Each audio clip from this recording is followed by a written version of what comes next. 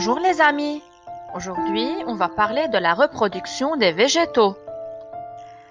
Vous savez les amis, chez les plantes, il y a deux modes de reproduction.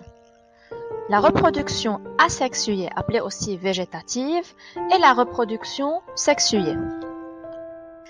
Aujourd'hui, on va traiter le premier mode de reproduction chez la plante, qui est la reproduction asexuée.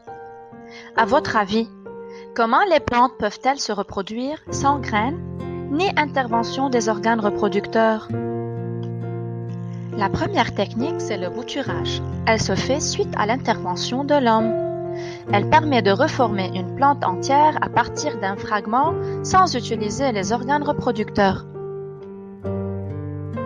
Les étapes du bouturage sont les suivantes. On coupe un fragment de tige possédant des feuilles. C'est très important. On met le fragment dans un verre d'eau et puis quand les racines apparaissent, on plante l'échantillon dans la terre. C'est une technique très facile à réaliser. La reproduction asexuée chez la plante peut se réaliser d'une manière naturelle aussi, comme chez les plantes à rhizome. Mais c'est quoi le rhizome? Le rhizome est un fragment de tige souterrain capable de former une plante entière.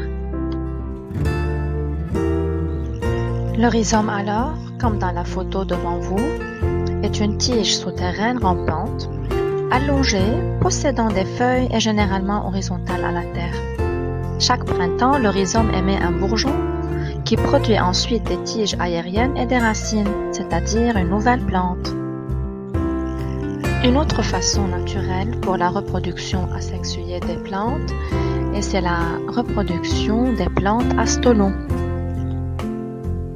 Dans la photo du fraisier, on voit le stolon qui est une tige aérienne, rampante, sans feuilles qui s'enracine pour donner un nouveau pied. Quand le nouveau pied est bien enraciné, le stolon va se dessécher et mourir et le nouveau pied est alors séparé de la plante mère. Pour résumer alors, la reproduction asexuée d'un végétal se réalise soit d'une manière naturelle, par rhizome ou par stolon, ou suite à l'intervention de l'homme par la technique de bouturage. Et si vous essayez de faire la technique de bouturage chez vous à la maison, n'oubliez pas de m'envoyer les photos et les vidéos. À très bientôt les amis!